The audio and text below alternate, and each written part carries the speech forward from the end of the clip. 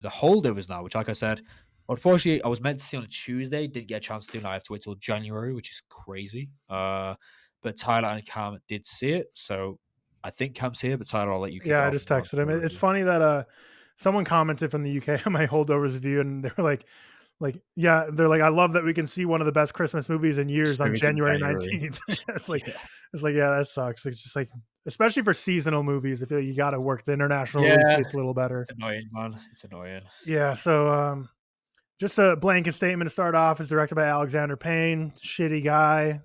We're talking about the movie. We're not talking about like his, allegations and what he's done in the past. So definitely big thumbs down on Alexander Payne. But moving forward, the Holdovers, the synopsis: a curmudgeonly that's a tough word. A curmudgeonly instructor at a New England prep school is forced to remain on campus during Christmas break to babysit the handful of students with nowhere to go.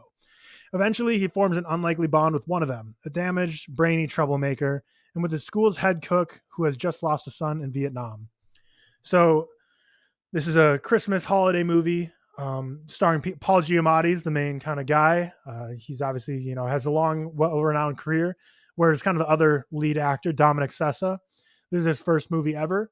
The movie takes place at a New England prep school, and basically the school that they filmed it at, the Alexander Payne reached out and was like, do you got any drama students that would be good for a tryout? And just kind of held tryouts. And a couple, I think, of the minor roles in this are also from that drama school.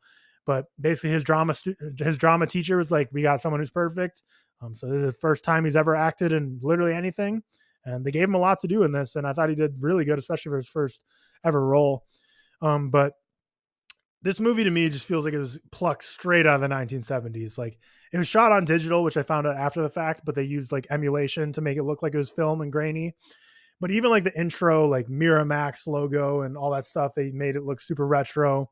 All the costume design, production design, everything, music choice just felt so like authentic and true, where it just truly felt like you could have turned this on for, I could turn this on for like my dad and he'd just think it was probably like a 1970s movie or something. Which I really enjoyed the aesthetic of it. Like I kind of mentioned, I just want to breathe this movie in. I want to wrap it around myself like a warm blanket. Like this movie is just so comforting and cozy. Just a very snowy New England film where he was going to go on a vacation with his mom and her new husband, because his dad is no longer in the picture, you find out. And they were going to go on a nice vacation. But basically, since his mom just recently got remarried, they kind of call it the last minute. They're like, hey, we're actually going to go on our own honeymoon here. So can you just like not come with us? And then kind of force him to stay back at the prep school over winter break with Paul Giamatti, who gets stuck on babysitting duty. And that's kind of where the movie goes from here. And to me, I think this movie doesn't do anything new. It doesn't reinvent the wheel at all for Christmas narrative. You have Paul Giamatti, who's kind of like a Grinch. You have Dominic Sessa, who's on the surface looks like a kid who's just, a classic teenager, a little bit of a punk. Doesn't really seem like he seems like he's taking life for granted a bit, because everyone at the school is kind of wealthy or on a scholarship. They're either very academically gifted or wealthy. So Paul Giamatti kind of looks at him like kind of just like another ingrate. He looks at Paul Giamatti like a Grinch. Throughout the movie, they kind of get to understand each other a little better. So very classic Christmas narrative holiday tale, but I think it executed everything just so perfectly for me. Paul Giamatti, the more I watch of him, the more I think he is just genuinely a phenomenal actor. Whereas on the surface, the first movies people are introduced to, Paul Giamatti might be like, I'm trying to think of his most popular movies, probably like The Hangover Part 2 and Big Fat Liar. So not really movies where he's going to showcase all his acting ability, but I think he's just so great in this. Dominic Sessa is great as well. And also Divine Joy Randolph. Yeah. Oh, she's also in Puss in Boots: The Last Wish. Fun fact. But she was great as well. She's the one who lost her son in Vietnam. They're kind of our three main leads here. And this movie was a 5-star. I can't wait to rewatch it. I loved it immediately. It's my favorite of the year right now. I moved it ahead of Oppenheimer just because it's just tough, because to me, Oppenheimer is such a beast of like a technical marvel. And I think Cam kind of agree with this part, because I know you dropped it a little after rewatch. It's like, there's so much to love about Oppenheimer, but there's also just like parts of it where I wasn't fully in love with it. And I'm like, I just feel like there's enough of the movie that I just didn't love. Whereas the Holdovers, I loved every minute of it. So I was like, you know what, Oppenheimer, I'm going to drop down a bit, put the Holdovers above it. But I gave it a 5-star. I loved it. It's my favorite Christmas movie I've seen in a long time. Just warm and fuzzy. can't say enough good things about it, and I'll kind of leave it there for just kind of my overall thoughts. But huge surprise too, because I saw the trailer in theaters and I immediately was like, this is not going to be something for me. Like it didn't look interesting to me. It looked kind of like campy and quirky, which it kind of, I don't know. I was going to say kind of is in some moments, but I didn't even really think that, honestly. I feel like it was just like a true drama. And I don't know. The trailer just did not do it for me, but I ended up loving it. 5 out of 5 for me, rare on the year. But Cam, yeah, let me hear your thoughts on the Holdovers.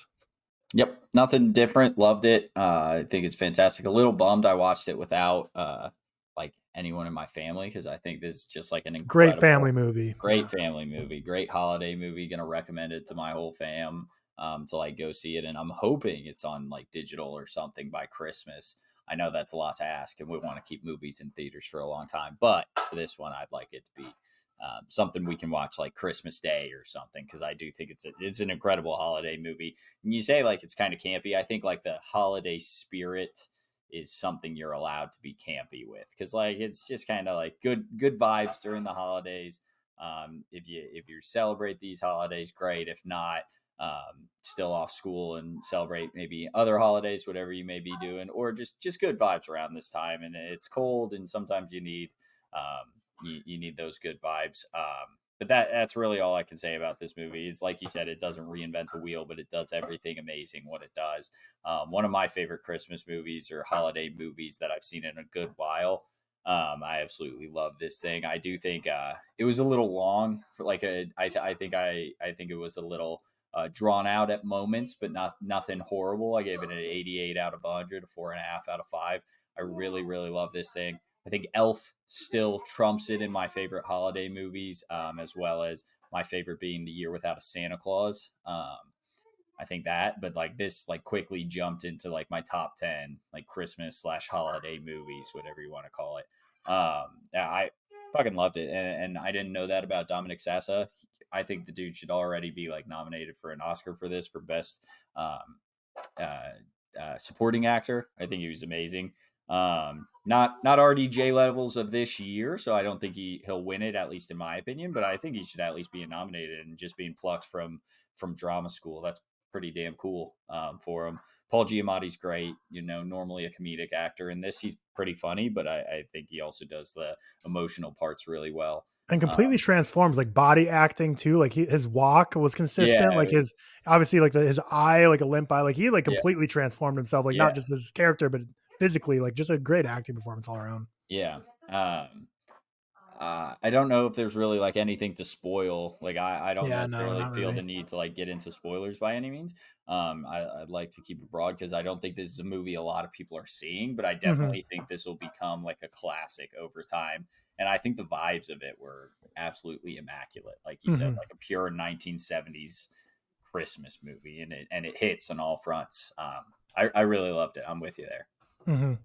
Yeah, it was just so every like holiday Christmas movie kind of has, a low point, a gut punch, and then it kind of brings you back with a warm and fuzzy. But this movie has multiple gut punches. There's a lot of just like really depressing for like 90% of the movie. Yeah, like it's like that's the only thing I made me hesitant to like bring Riley, like my family, just because like there's some really depressing, like just real shit people have to go through that happen in this movie.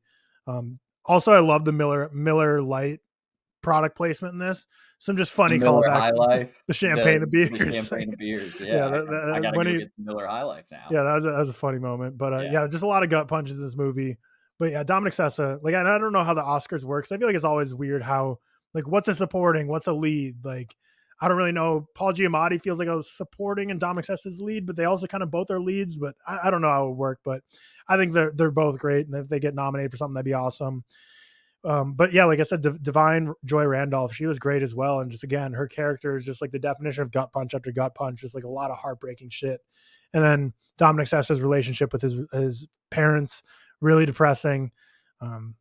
Yeah, it's just a lot of depressing moments in this movie, but it kind of like, and the thing is like it ends on like a happy-ish note, but like also like when you really break it down, not even like that happy, right? Like it makes you feel happy. Yeah, it makes you feel happy, but like in the back of my mind, I'm like, and it seems like he did because he never left campus. I'm like, I hope he has enough money, Yeah, I think he should be fine. But yeah, so Again, I don't think it really does anything new for the Christmas narrative, but I just think it Yeah. executes everything so well. And I don't even think like we need to get into spoilers. I just Yeah, think no, I was if gonna you're leave a it there. fan of like holiday movies, like go see this thing. Mhm.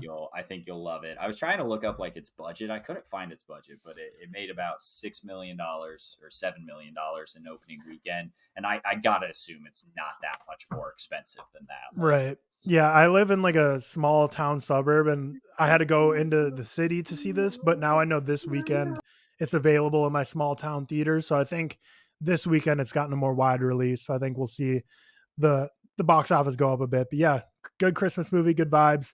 Go check it out if you want a good movie. It's my favorite of the year right now. It's literally yeah, number one for me. it's awesome. It's my I think it's my sixth right now, but like as time goes by, I think it'll be number 5. So it's damn good. Yeah, it'll really be dependent on if this goes to streaming or gets released. But if this is released before Christmas, like there's not a doubt in my mind I'm watching this again this year, like for sure, if it gets released on streaming. So Yeah, yeah, for